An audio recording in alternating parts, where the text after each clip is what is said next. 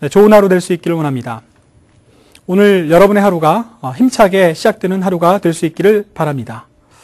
어제는 서로 사랑하면서도 미워할 수밖에 없는 우리의 긍휼함을 하나님 말씀을 통해서 묵상해 보았습니다. 오늘은 이 자기를 미워하는 미워하는 자에게 받는 나의 곤고를 보소서 하는 이 기도 속에 포함되어 있는 다른 이야기를 묵상하기를 원합니다. 나를 전적으로 정말로 미워하는 사람도 있습니다. 나를 사사건건 이기지 못해서 안달난 사람들이 있습니다. 나를 끝까지 밟아 누르려고 하는 그래야 속이 시원한 원수들이 있습니다.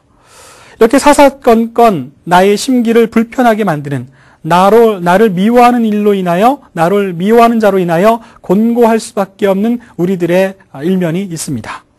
우리는 왜 대적자를 만들고 살까요? 우리에게는 왜 원수가 생길까요? 우리는 너무 치열하게 경쟁하고 있기 때문인지도 모르겠습니다. 누구보다 더 앞서야 하기 때문에 욕심을 갖고 그렇게 경쟁에서 이기기 위해서 부단히 노력할 때 우리는 어쩔 수 없이 원수, 서로 대적하는 자, 서로 미워하는 자를 만들 수밖에 없죠. 또 사소한 이익이라도 내 것이 되게 하기 위해서 노력하기 때문에 내게 이익이 될 때, 나만의 이익이 될 때, 다른 사람에게 불이익이 될 때, 그래서 우리는 본의 아니게 원수를 만들 수밖에 없습니다. 국회가 그렇습니다. 자리가 하나인 국회의원 자리에 내가 당선되어야 하기 때문에 다른 사람을 이겨 누를 수밖에 없는, 그래서 이 당과 저 당은 늘 언제나 원수가 될 수밖에 없습니다. 또 당한 일이 있을 때 원수가 됩니다. 불의한 일로 또 원치 않은 일로 나에게 불이익을 줬을 때 그 마음에 두고두고 원을 품고 적대감을 갖기 마련이죠. 이렇게 대적하는 사람, 원수가 있을 때, 그가 나를 미워할 때 그 고통 때문에 밤을 새우며 심란해하며 괴로워하며 그 문제를 해결하지 못하며 살아가는 것이 우리의 모습인지 모르겠습니다. 저에게도 그런 일이 있었습니다. 어느 날 누군가 문득 저와 함께 지내었던 아무개 목사가 저에 대해서 이러저러한 비방을 했다라는 이야기를 들려주었습니다. 평소에 그 목사님과 저는 불편하게 지냈습니다.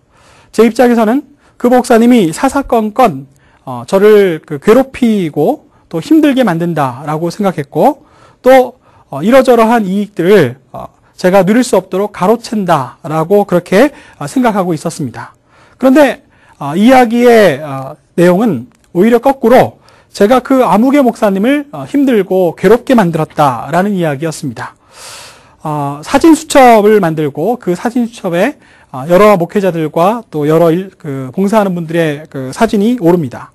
근데 사진 수첩에 자기의 사진이 올라갔는데 조 목사가 자기를 골리려고 옛날에 그 대머리였을 때의 사진을 찾아서 올려놓았다라고 그렇게 이야기를 했다는 것입니다. 저는 그 이야기를 듣고 몹시 놀랐습니다. 제가 그 사진 수첩을 제가 제작한 것은 아니었지만 그 사진 수첩을 만든 부서에 책임을 맡고 있었던 목회자였기 때문에 도의적인 책임감을 느끼지 않을 수 없었습니다. 저는 그 이야기를 듣고 밤에 한잠도 자지 못했습니다. 얼마나 미안했던지요.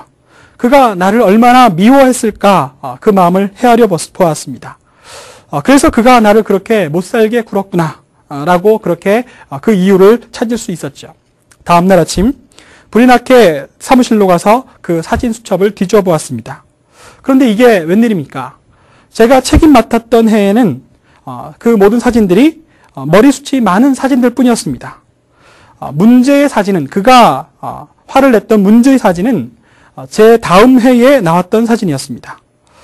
그 담당 목사님께 물었더니 이미 그 문제로 한바탕 소동이 있었다고 말했습니다. 그 문제와 나는 아무 상관이 없었습니다. 그런데도 그 문제의 주인공을 나로 이야기했다 하니 참으로 어이가 없었습니다. 저는 다시 한번 생각할 수밖에 없었습니다. 그가 제가 얼마나 미웠으면 자기가 당한 불이익의 주인공으로 저를 세워서 다른 분들에게 말씀했을까.